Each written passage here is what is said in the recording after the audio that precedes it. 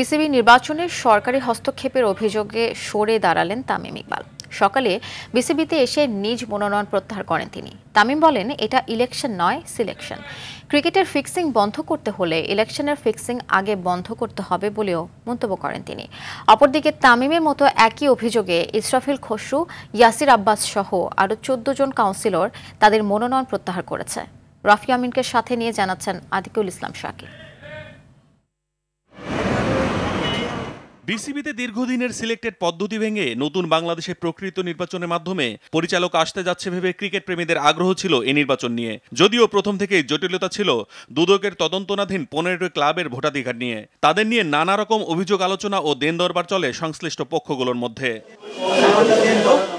কিন্তু সাবেক বোর্ড সভাপতি ফারুক আহমেদের হাইকোর্টে করা এক রিটের প্রেক্ষিতে শেষ পর্যন্ত ওই 15 ক্লাবের ভোটাধিকার স্থগিত হয় মঙ্গলবার। এর পরদিনই সরকারের বিরুদ্ধে নির্বাচনে হস্তক্ষেপের অভিযোগ এনে ক্রিকেট বোর্ডে এসে নিজের মনোনয়ন প্রত্যাহার করে নেন তামিম ইকবাল। যখন যেমন মনে হচ্ছে, যখন যা মনে হচ্ছে তখন তা করা হচ্ছে,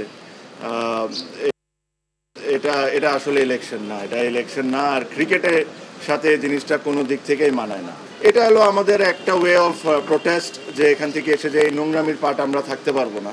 এই নির্বাচনকে ফিক্সিং অভিহিত করে তামিম বলেন, এভাবে ক্রিকেটের ফিক্সিংও দূর হবে না। তারা যদি এভাবে করে ইলেকশন করতে চান, করতে পারেন, জিততেও পারেন, বাট আজকে ক্রিকেট 100% হেরে গেছে, এটা নিয়ে কোনো সন্দেহ নাই। আপনারা বলেন বড় গলায় যে বাংলাদেশে ফিক্সিং বন্ধ করা লাগবে, আগে ইলেকশনের ফিক্সিং বন্ধ করেন, পরে ক্রিকেটের ফিক্সিং বন্ধ করার চিন্তাটা করি। তামিম ছাড়াও একই অভিযোগে নির্বাচন থেকে সরে দাঁড়িয়েছেন আরও 14 জন কাউন্সিলর। বিভিন্ন ক্ষেত্রে কিন্তু আমরা প্রভাব বিস্তারের এক্সাম্পল পেয়েছি, এবং এই যে 15টা ক্লাবের বিষয়, যেটা হিয়ারিং হয়ে 15 ক্লাবকে আবার বৈধ ঘোষণা করা হলো, আবার কয়েকদিন আগে আমরা দেখলাম আবার তাদেরকে বাতিল করা হয়েছে। বাতিল করে আবার তাদেরকে অ্যালাউ করলো, করে নমিনেশন পেপারটা নিল, নেওয়ার পরে আবার দেখলাম বাতিল করলো। তখন I felt that there is something severely wrong. Atikul Islam Shakil, RTV, Dhaka.